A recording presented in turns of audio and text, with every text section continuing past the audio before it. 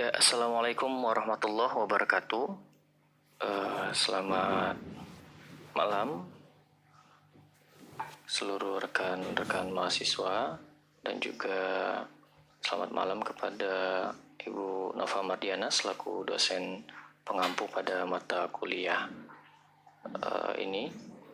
Pada kesempatan hari ini, izinkan kami dari kelompok 6 ingin menyampaikan slide presentasi tentang materi pada chapter 6, apa yang dimaksud dengan organisasi berkinerja tinggi.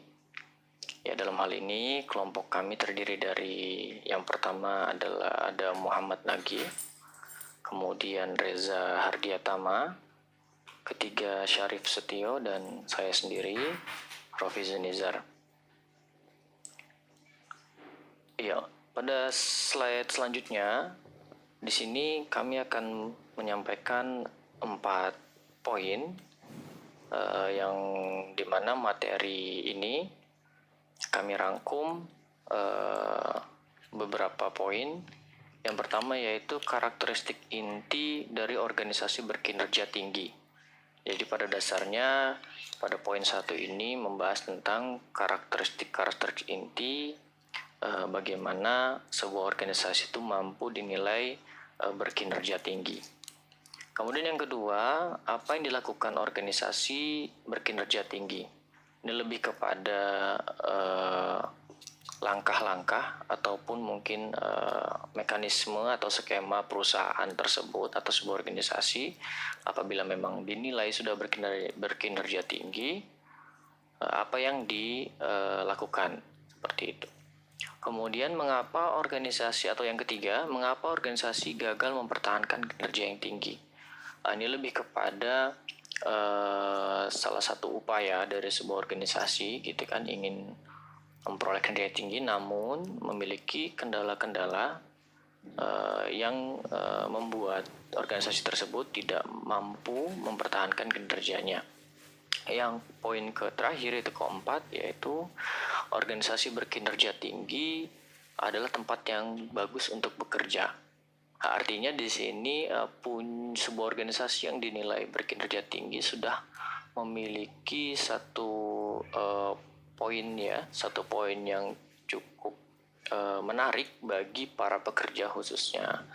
Terutama hal ini berarti menjadi sebuah penilaian gitu bagi para pekerja jika ingin terlibat dalam satu manajemen dalam sebuah organisasi. Salah satu poin yang mesti dinilai adalah perusahaan tersebut dapat berkinerja tinggi. Nah, sehingga nanti mungkin akan ada efek-efek ataupun hal-hal yang positif pula didapatkan oleh para pekerja dalam organisasi tersebut. Nanti akan dijelaskan oleh teman-teman di berikutnya. The Holy Grail of High Performance atau cawan suci dari kinerja tinggi. Di awal tahun 1980-an, Peters dan Waterman mengidentifikasi karakteristik sejumlah perusahaan yang sukses secara konsisten dalam Fortune Top 500. Peters dan Waterman menyimpulkan bahwa perusahaan-perusahaan hebat tersebut yaitu perusahaan yang memiliki keselarasan yang kuat antara strategi bisnis dan elemen internal mereka, seperti sistem, struktur, gaya kepemimpinan, keterampilan, gaya staf, pola pikir, dan budaya yang sangat kuat. Namun, pada suatu ketika angin ekonomi yang keras mulai bertiup kencang, banyak dari perusahaan-perusahaan hebat tersebut tergelincir dari posisi mereka. Kenapa?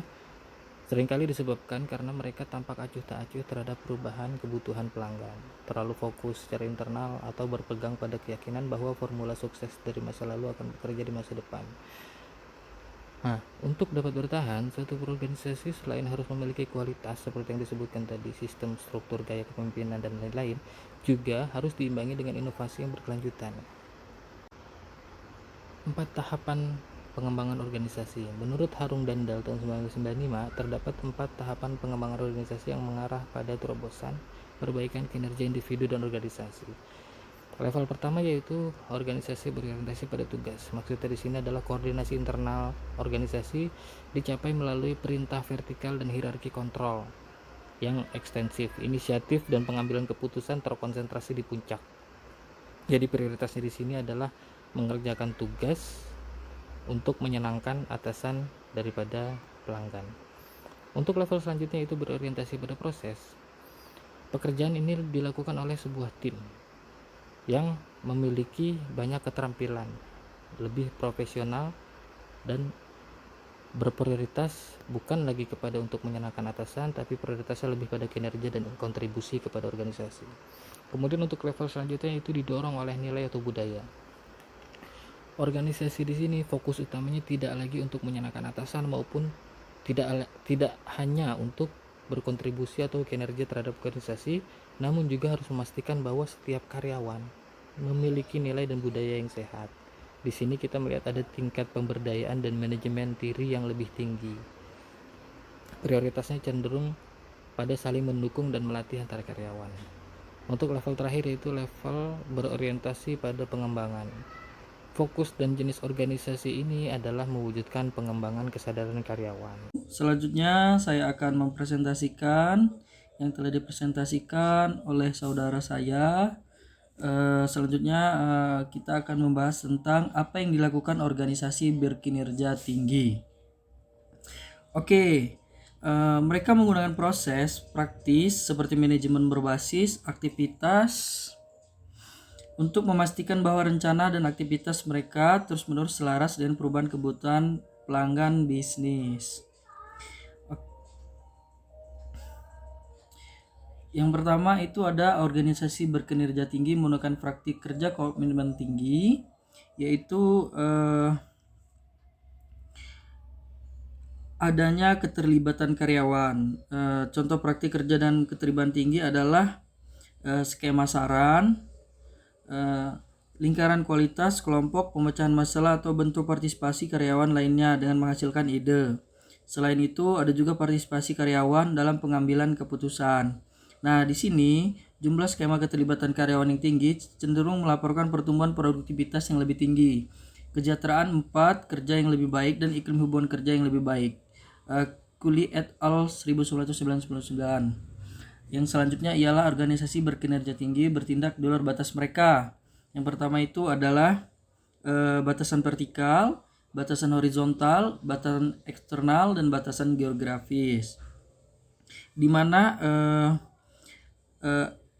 keterlibatan organisasi mempunyai batasan-batasan tersendiri yang disebutkan oleh Axenas et al. Yaitu adalah vertikal, horizontal, eksternal, dan geografis. Untuk mencapai kesuksesan yang berkelanjutan, organisasi harus menghadapi dan membentuk kembali batasan-batasan ini. Ketika keempat batasan ini tepat waktu dan tidak dapat ditembus, mereka menciptakan kelambanan untuk merespon kurangnya fleksibilitas dan inovasi. Selanjutnya ada organisasi berkinerja tinggi adalah organisasi berbasis nilai. Nah, di mana organisasi berbasis nilai terdapat mereka menunjukkan kepedulian terhadap lingkungan, mereka juga menyadari perlunya transparansi, mereka memiliki kepemimpinan pengikut dan tepat, mereka juga meningkat untuk kepemimpinan organisasi yang terbuka dan demokratis. Setelah itu membangun kepercayaan. Nah, kenapa mereka harus menunjukkan kepedulian terhadap lingkungan? Sejak tahun 1990, serangkaian bencana lingkungan yang dipublikasi secara luas menimbulkan keprihatinan global tentang dampaknya pada masyarakat. Makanya perusahaan-perusahaan besar menjadi sasaran perhatikan kelompok pendekatan lingkungan terhadap kepedulian. Oke. Selanjutnya itu adalah etika dan tanggung jawab sosial perusahaan. Telah terjadi agenda manajemen yang paling tinggi. Terungkapnya praktik korporasi yang korup seperti kasus Nick Lassem dan Barings telah memusatkan perhatian publik pada isu akuntabilitas. Selanjutnya itu juga ada mereka memiliki kepemimpinan dan pengikut yang tepat. Oke, di sini pemimpin yang memimpin harus mempunyai kinerja tinggi dijalankan oleh orang-orang yang memimpin dari depan. Para pemimpin ini konsisten dalam perkataan dan perbuatan. Jadi, karyawan yang akan lebih percaya terhadap manajernya, mereka memberikan kepemimpinan yang efektif.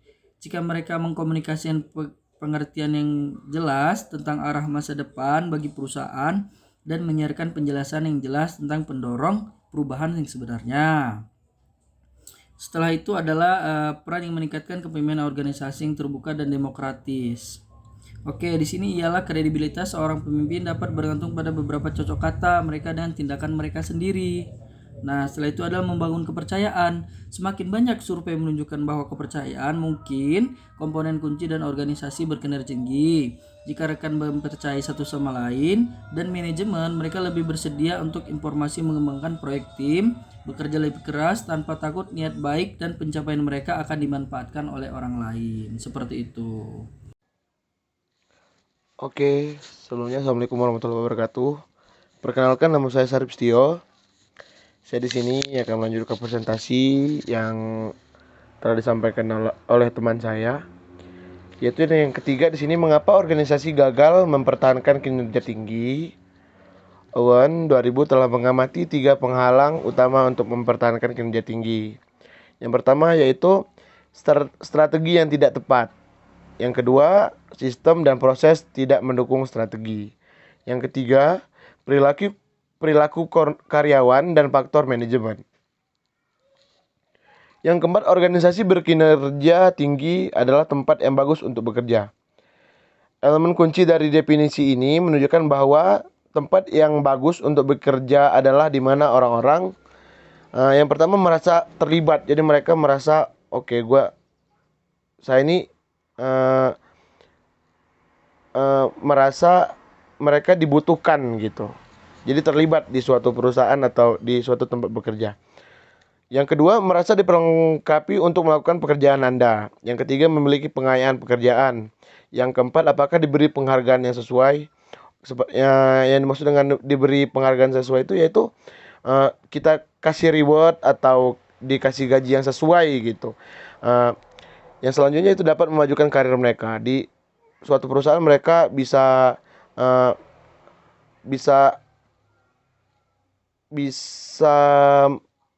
mengeksplor karir mereka gitu di suatu perusahaan itu. Yang selanjutnya dapat menyeimbangkan kehidupan rumah dan pekerjaan, dapat bekerja secara fleksibel untuk menyesuaikan gaya hidup mereka. Yang terakhir yaitu bisa belajar dan berkembang.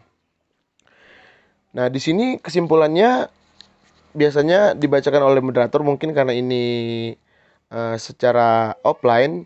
Jadi saya baca kesimpulannya di sini. Organisasi yang berkinerja tinggi yaitu organisasi yang memiliki sistem, struktur, gaya kepemimpinan dan keterampilan, dan gaya staf mereka, pola pikir dan budaya yang sangat kuat dan diimbangi oleh inovasi yang berkelanjutan. Dan untuk mencapai organisasi berkinerja tinggi yang berkelanjutan, diperlukan sejumlah bahan yang saling berhubungan. Pertama-tama, diperlukan seperangkat nilai bersama yang kuat dan tujuan inti yang bertahan lama yang melampaui pemimpin atau periode manapun. Kepemimpinan yang efektif diperlukan untuk memindai lingkungan, untuk menanggapi keadaan yang berubah dengan strategi yang tepat, yang masih berpegang pada tujuan inti dan kemampuan untuk berinovasi dalam produk, layanan, dan cara kerja.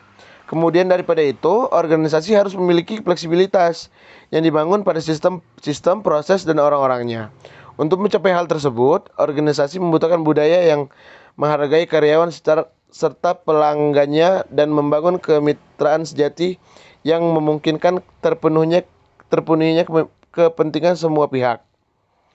Budaya seperti ini memupuk dan menghargai berbagai pengetahuan, penciptaan pengetahuan dan inovasi. Ini yang ditandai dengan fokus untuk menyelesaikan berbagai hal sesuai waktu, kualitas, regulasi, dan biaya. Tetapi juga memungkinkan karyawan memiliki waktu untuk berefleksi dan menemukan cara baru dan lebih baik ke depannya. Oke, terima kasih. Mohon maaf atas jika ada salah-salah kata yang terucap.